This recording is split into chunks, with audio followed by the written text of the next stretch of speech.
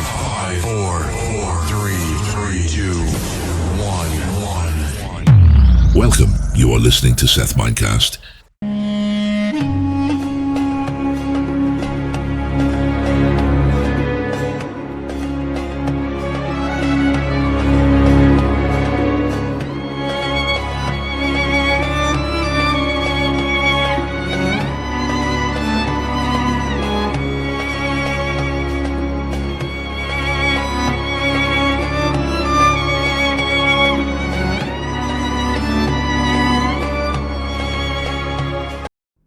Hello and welcome, G's, to the 7th episode of Seth Mindcast, the Timekeeper's Secret.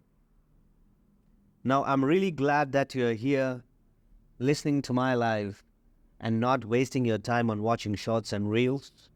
A lot of people are into shorts and reels and they kind of waste their time. If every weekend, if you have an iPhone, there will be an update which says your daily watch time is 7 hours. So yeah, what productive has come out from that 7 hours? Nothing. And you really don't know the importance of time.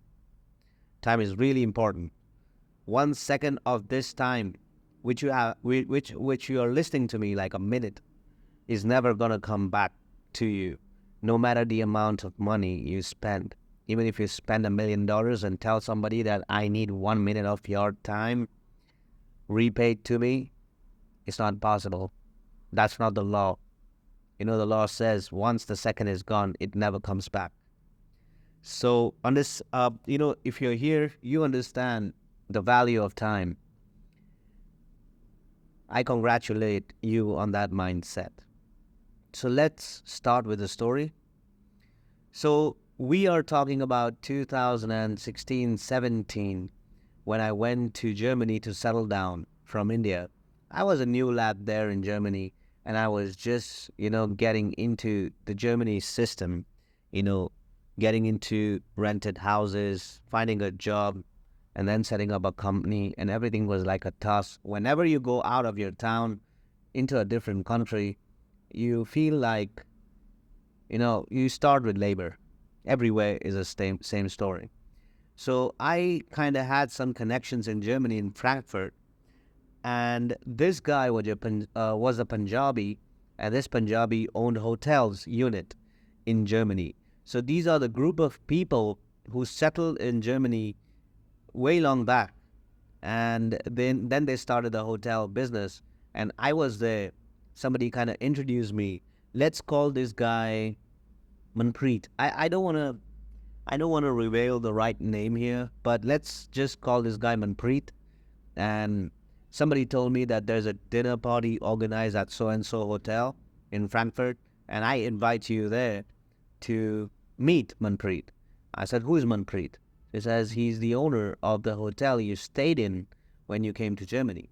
So yeah, I stayed for a month in the hotel because I had nowhere else to go, and I had no relatives there.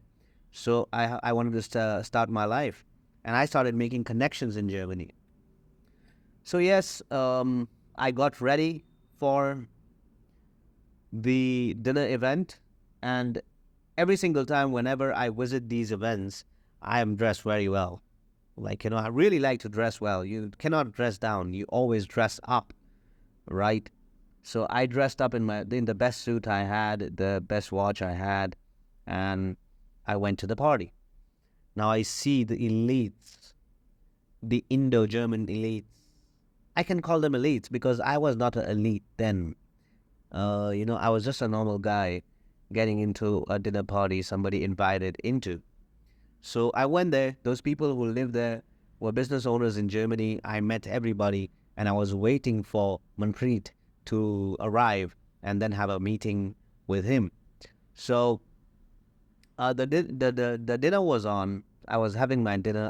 I was done with my dinner, and there I see one man walking down the corridor of the hotel to the dining area. And I realized that, yes, that's Manpreet. He was wearing a brown color brioni suit, and a patek on his hand, pointed, classy shoes, and a perfume you can smell from a mile away. And I knew that that was Manpreet because everybody was like Manpreet, Manpreet, Manpreet. And the man walked in. So he was into, casually introducing himself to people and then meeting them saying, oh, thank you. You came to the dinner party and stuff like that. And my friend and me, we got a chance to speak to Manpreet. And then he invited us to the dinner table. And he goes, yeah, gentlemen, let's have some dinner. I did have dinner, but then, who would miss an opportunity to sit with Manpreet and discuss his mindset, right? So I kind of observe this a lot. That's who I am. Like, if you're sitting and there are like blends in front of you, I'm the guy who will count the blends. And I'm so calculative. I'll count the blends. Like, 16 in a row. And then this side is 16. So in total, it might be this much. So that's the way my mind works. I don't know. I can't help it. So I was sitting with Manpreet. And at that time, there was no conversation breaker with me. There was no icebreaker for me. So I started with the watch. That was 2.5 crore rupees watch Manpreet was wearing. And that was not my worth back then.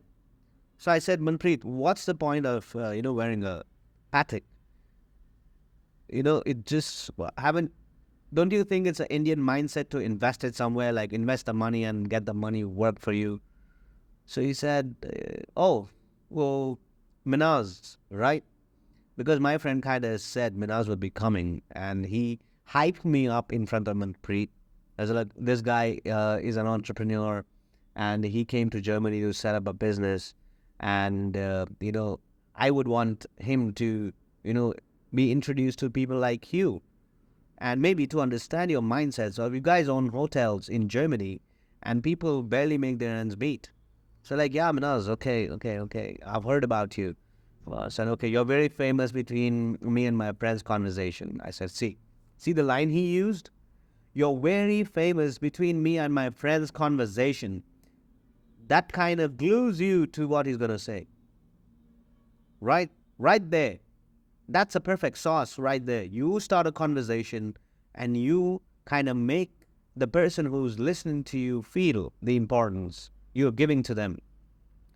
I was like, okay, that was nice. Maybe I'll write this down and, maybe remember in my future conversations when I want to have conversations with people, make them feel, I felt important. I said, whoa, wow, Manpreet knows me. Okay. So I had an icebreaker. I did not have an icebreaker. And I kind of asked him just casually that, why are you wearing that Patek? You would have invested that Patek. I said, Minaz, listen to me. The time on your phone is the same as my Patek. I said, agreed. That's right. 50 euro watch would also show you the same time. My Patek would show you. I said, yeah, agreed. That's right. He said, the important thing is, why would people buy watches which are worth houses? Why? Do you have an answer to this? I said, enlighten me, Manpreet. I really have no clue. Said, all right, okay. So said, Minaz, the Patek I'm wearing shows me the time a $50 watch would show. But it shows you my time. It shows Manpreet's time. I'm at the prime of my time. That's what Patek will show you. You see his mindset? You see where he's coming from? He said the watch shows you my time. High value. So Manpreet is a high value individual. That's what the Patek is showing. So you know what? Patek is a company which will make you custom watches to give it to your generation, which means your family tree would have only that model Patek personally created for you. So this is something you pass down to your generation, your kids. And he had that special design done. It's like Patek sells feelings. It's not selling a watch. No wonder it's so high priced, because Patek sells emotions. What a classic way to market a product. This watch is specially made for you, your wrist size, but with your initials on them, which means later on when you have kids, when you have, son-in-laws or whatever, you can pass this down to your child, and the child would take it as a legacy from his dad. So you see what he's trying to say? It's prestige. It's prime time. So this is the reason people buy expensive watches. People buy these watches, timepieces. For this very reason, it shows you exclusive access and limited editions from Patek can be passed on to your family, right? And heritage and tradition, status and prestige comes there. So this was a perfect icebreaker between me and Manpreet, and then we got into our conversation long of discussing what the rich mindset are and what it takes to be rich. I like to study that. I mean, that's my interest. I really enjoyed Manpreet's conversation that day. He says, okay, Bugatti makes 60 cars and only one would have. And before you buy a Bugatti, they have lunch and dinner parties. Why do people buy Bugattis? Sharon, I don't know, some $100 million. Why? Why would they buy that? Because they get access to the people of elegance. Once you have a dinner party with the co-owner of Bugatti, there are businesses exchange. There are contacts exchange. There is network exchange. So that's where you build more than what you are worth. Right? So this I found as a secret of Manpreet, the timekeeper. He's keeping the Patek, and he's a timekeeper. And he revealed this to me. That kind of motivated me to get one of my own. But I got a Rolex. I'm more of a Rolex guy. Patek is way too high for me right now. But I got a Rolex. And how I got a Rolex is a story. So anybody who's wearing a Rolex does not wear one. You cannot get Rolexes easily. The journey to getting one Rolex is the icebreaker. I have my Rolex story as well. Let me know in the comments section below if you really want to listen to my Rolex story. It's very interesting though on how I got it, because you'll have to shop for 10 lakhs, get your name on the list of Rolex, and if Rolex chooses, then they would give you the watch. And if it takes 3 years, you'll have to pay the price difference of 3 years. Okay? I want you to get your own Rolex story.